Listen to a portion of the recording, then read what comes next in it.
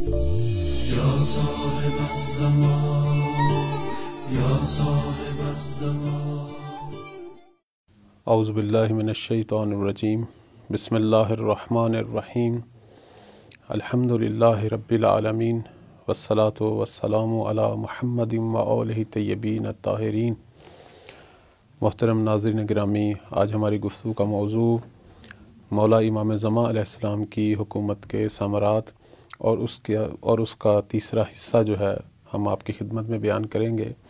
مولا امام زمان علیہ السلام کی حکومت کے ثمرات کے حوالے سے اس سے پہلے 2 پروگرام ہو چکے ہیں اور آج اسی سلسلے کا تیسرا پروگرام ہے۔ اس سے پہلے ہم نے عرض کیا کہ احادیث اور روایات نے اس سنہرے دور کی جو ہے وہ عکاسی ہمارے سامنے کی ہے۔ بہت ساری خصوصیات اور بہت سارے نکات جو ہیں اس عظیم دور کے بیان کیے ہیں کہ جب پوری دنیا جو ہے وہ ایک عظیم الہی مصلح، ایک عالمگیر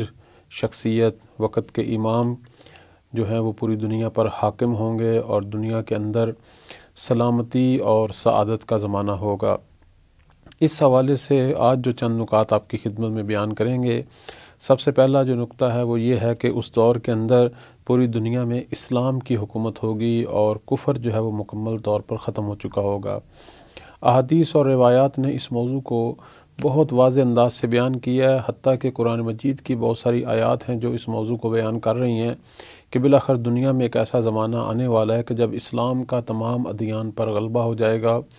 دیگر ادیان جو ہیں وہ مغلوب ہو کر شکست کھا کے ختم ہو جائیں گے، ان کا کوئی ماننے والا نہیں رہے گا۔ پوری دنیا پر جو ہے وہ اسلام کا پرچم لہرائے گا اور دنیا کا جو دین ہوگا وہ دین اسلام ہوگا۔ اس حوالے سے بہت ساری آیات اور روایات ہیں۔ ایک آپ کی خدمت میں آیت جو معمولاً ہمارے مہدویت کے ماہرین جو ہیں یا ہمارے جو علماء ہیں وہ بیان کرتے ہیں، اور یہ آیت جو ہے سورہ توبہ کی آیت نمبر 33 ہے، اور یہی آیت اسی طرح سورہ فتح کی آیت نمبر 28 بھی ہے اور سورہ صف کی آیت نمبر 9 بھی ہے۔ اس آیت کے اندر پروردگار جو ہے وہ اس انداز سے اپنی کلام کو جو ہے وہ شروع فرما رہا ہے، اعوذ باللہ من الشیطان الرجیم، هو الذی ارسل رسولہ بالہدی ودین الحق لیظہرہ علی الدین کلہ۔ اسی طرح آیت آگے چلتی ہے۔ اس کا جو ترجمہ ہے وہ یہ ہے کہ وہ خدا وہ ہے جس نے اپنے رسول کو ہدایت اور دین حق کے ساتھ بھیجا تاکہ اپنے دین کو تمام ادیان پر غالب بنائے، چاہے مشرکین کو کتنا ہی ناگوار کیوں نہ ہو۔ اسی طرح ہم دیکھتے ہیں کہ یہ اللہ تعالیٰ کا وعدہ قرآن میں چونکہ 3-4 مقامات پہ آیا ہے، اور یہ وعدہ ایسا ہے کہ جو ہر صورت میں پورا ہوگا، کیونکہ خدا کا وعدہ جو ہے وہ کبھی بھی ایسا نہیں ہو سکتا کہ پورا نہ ہو۔ خود اللہ تعالیٰ نے فرمایا ہے کہ ان اللہ لا یخلف المیعاد، سورہ آل عمران کی آیت نمبر 9 میں، کہ بے شک اللہ تعالیٰ خلاف وعدہ عمل نہیں کرتا۔ لیکن ناظرین، آپ دیکھ رہے ہیں کہ ابھی تک یہ وعدہ پورا نہیں ہوا، لیکن پورا ضرور ہوگا، یہ حتماً پورا ہوگا۔ ہاں، ابھی اس کا وقت نہیں آیا، اور وہ وعدہ یہ ہے کہ دین اسلام دیگر دنیا کے تمام ادیان پر غلبہ پیدا کر لے گا اور پوری دنیا میں سوائے اسلام کے کوئی اور دین نہیں رہے گا۔ یہ وعدہ ابھی تک پورا نہیں ہوا، یعنی ابھی تک اس وعدے کے پورا ہونے کا ٹائم نہیں آیا۔ پیغمبر اکرم صلی اللہ علیہ وآلہ وسلم کا زمانہ گزرا، اہل بیت کے جو ہیں گزشتہ 11 ائمہ کا زمانہ گزرا، 12ویں امام کی غیبت کا ایک طولانی عرصہ گزرا، لیکن بالآخر یہ وعدہ پورا ہوگا، اور یہ کب پورا ہوگا؟ جب مولا ظہور فرمائیں گے۔ اس حوالے سے مولا امام محمد باقر علیہ السلام سے ایک روایت ہے کہ جو آپ نے قرآن مجید کی ایک آیت سورہ انفال کی آیت نمبر 39 کہ وَقَاتِلُهُمْ حَتَّى لَا تَكُونَ فِتْنَةٌ وَيَكُونَ الدِّينُ كُلُّهُ لِلَّهِ، اس آیت کے تحت جو ہے کہ جس کا ترجمہ جو ہے وہ یہ ہے کہ اور تم لوگ ان کفار سے جہاد کرو یہاں تک کہ فتنہ کا وجود نہ رہ جائے۔ تو آپ علیہ السلام جو ہیں اس آیت کی تشریح، تفسیر اور تعویل میں یہ فرماتے ہیں کہ اس آیت کی تعویل ابھی تک نہیں ہوئی، یعنی جس زمانے کا اس آیت کے اندر ذکر ہوا ہے وہ ابھی تک سامنے نہیں آیا، اور جب ہمارا قیام کرے گا اور جو شخص آپ کے زمانے کو درک کرے گا وہی اس تعویل کو اپنی آنکھوں سے دیکھے گا۔ اس کے بعد مولا امام محمد باقر علیہ السلام فرماتے ہیں، بے شک اس زمانہ میں دین محمد جہاں تک رات کا اندھیرا پہنچتا ہے وہاں تک پہنچ جائے گا اور پوری دنیا میں پھیل جائے گا۔ اور اس طرح سے زمین سے شرک کا نام و نشان مٹ جائے گا، جیسا کہ اللہ تعالیٰ نے وعدہ فرمایا ہے۔ تو ایک اہم ترین ثمرہ جو ہے اس زمانے کے اندر پوری دنیا پر دین اسلام کا غلبہ اور مولا امام زمان کی حکومت در واقع اسلام کی حکومت ہوگی، اور اسلام اپنی حقیقی معانوں اور حقیقی تفسیروں اور تشریحوں کے ساتھ پوری دنیا پر جو ہے وہ پھیلے گا اور پوری دنیا پر اسلام لاگو ہوگا۔ اس زمانے میں کوئی مختلف قسم کے فرقے نہیں بنیں گے، دنیا میں ایک ہی مذہب ہوگا اور اس کا ایک ہی انداز ہوگا، اس کی طرح طرح کی تفسیریں یا طرح طرح کی شکلیں جیسا کہ اب ہم دیکھتے ہیں، اس قسم کی چیز دنیا میں نظر نہیں آئے گی۔ دوسرا جو نقطہ آج آپ کی خدمت میں بیان کریں گے وہ یہ ہے کہ مولا امام زمان علیہ السلام کی حکومت کا ایک ثمرہ پوری دنیا کے اندر امن و امان ہوگا۔ اس وقت دنیا کا سب سے بڑا مسئلہ جو ہے وہ امن و امان ہے، لیکن مولا کے زمانے میں دنیا امن و امان کی حالت میں ہوگی، لوگوں کو کسی سے خوف نہیں ہوگا، کسی سے ڈر نہیں ہوگا، لوگ ہر طرح سے امن و امان میں ہوں گے، ہر طرح سے آسائش میں ہوں گے، اقتصادی طور پر امن و امان میں ہوں گے، راہ جو ہیں، راستے جو ہیں، باہر کے جو سفر ہیں، سب امن و امان میں ہوں گے۔ دنیا کسی سے بھی کسی حالت میں خوف نہیں کھائے گی، معاشرے کے اندر معاشرتی طور پر امن و امان ہوگا، سیاسی امن و امان ہوگا، اداروں کے اندر ہر حوالے سے جو طرز و عمل ہے اس کے اندر انسان کو امن و امان کا احساس ہوگا، کسی کو اپنے لوٹنے کا، غارت ہونے کا، اپنا حق غصب ہونے کا کوئی کسی قسم کا خوف نہیں ہوگا۔ اس امن و امان کی احادیث اور روایات نے مختلف تصویریں ہماری لیے پیش کی ہیں۔ اس حوالے سے مولا امام علی علیہ السلام کا ایک فرمان ہے، مولا فرماتے ہیں کہ ہمارے ہاتھوں ایک سخت زمانہ گزر جائے گا، اور جب ہمارا قائم قیام کرے گا تو دلوں سے دشمنی اور کینہ نکل جائے گا، حیوانوں میں بھی آپس میں اتفاق ہوگا، اور اس زمانے میں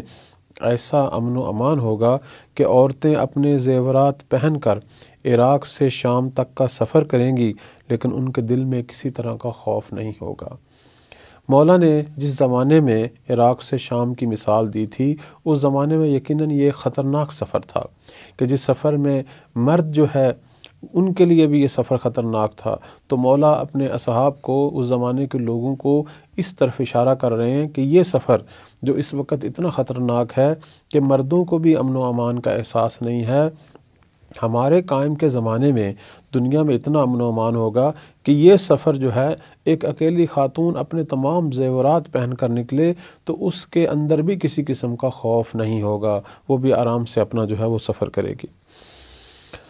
اور یہ امن و امان جو ہے اسے ہم صرف ابھی تصور کر سکتے ہیں، ورنہ اگر ہم غور کریں تو قرآن مجید نے بھی اپنی بہت ساری آیات میں اس طرف اشارہ کیا ہے۔ میں ایک آپ کی خدمت میں ایک آیت مجیدہ جو سورہ نور کی آیت نمبر 55 ہے، اس کا ترجمہ آپ کی خدمت میں بیان کرتا ہوں